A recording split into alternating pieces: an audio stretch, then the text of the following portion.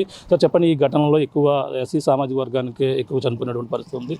నిన్న చంద్రబాబు నాయుడు గారు కూడా మాట్లాడుతూ ఎక్కువ మంది వీళ్ళ ఉన్నారు, అన్ని విధాలుగా ఆదుకుంటా ఉన్నారు. ఇప్పుడు ఇచ్చినటువంటి ఎక్స్ట్రా కేసు ఏమైనా సరిపోద్దా? దీన్ని మీరు ఏమైనా డిమాండ్ చేస్తారు?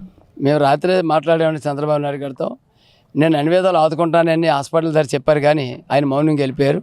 మేము వెంటనే మీడియా ద్వారా మీరు మౌనంగా వెళ్ళిపోవడం కాదు, ఈ జిల్లా దాటే లోపలనే మీ మంత్రులందరూ వెళ్ళి ఆయన పట్టుకుని ₹1 పరిహారం మాకు ఇస్తేనే మిమ్మల్ని వదులుతాం, లేదా మీ ఇల్లులు ముట్టడిస్తే ఇబ్బంది పడతారు మీరు. చంద్రబాబు కదలకుండా అడగండి అని చెప్పాం. ఈ మీడియా ద్వారా అయిన లోపల ఒక గంటకి ఆయన అక్కడికి వెళ్ళి ₹20 లక్షల ప్రకటించారు. ఆ ₹20 లక్షల సరికాదండి.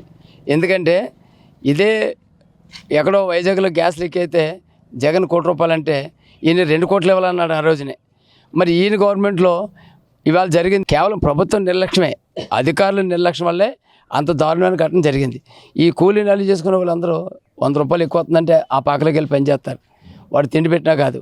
వీళ్ళకి ₹100 ఇచ్చాడు, వీళ్ళు ₹900 సంపాదించేవాడిని మీరు సైలెంట్గా వదిలేసి మీరు ఆర్డర్లు ఇస్తున్నారంటే ప్రభుత్వం నిర్లక్ష్యం వల్ల జరిగింది. కాబట్టి మీరు ₹1 ఇవ్వాల్సిందే.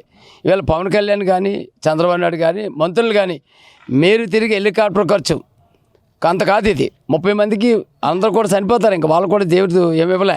ఇప్పుడు 14 మంది మాదిగలు అయ్యారు. ప్రాణం ఎవరైనా ఏ కులమైనా ప్రాణమే, అందరూ మిడిల్ క్లాసే. కానీ అందులోనూ రెక్కడితే డొక్కాన్ని మా వాళ్ళే మాదిగలు ఎక్కువ చనిపోవడం. మరి ఆయన సీఎం ఒకటి అన్నారు, కానీ ₹20 లక్షల ఇచ్చారు, అది మాకు సరికాదు.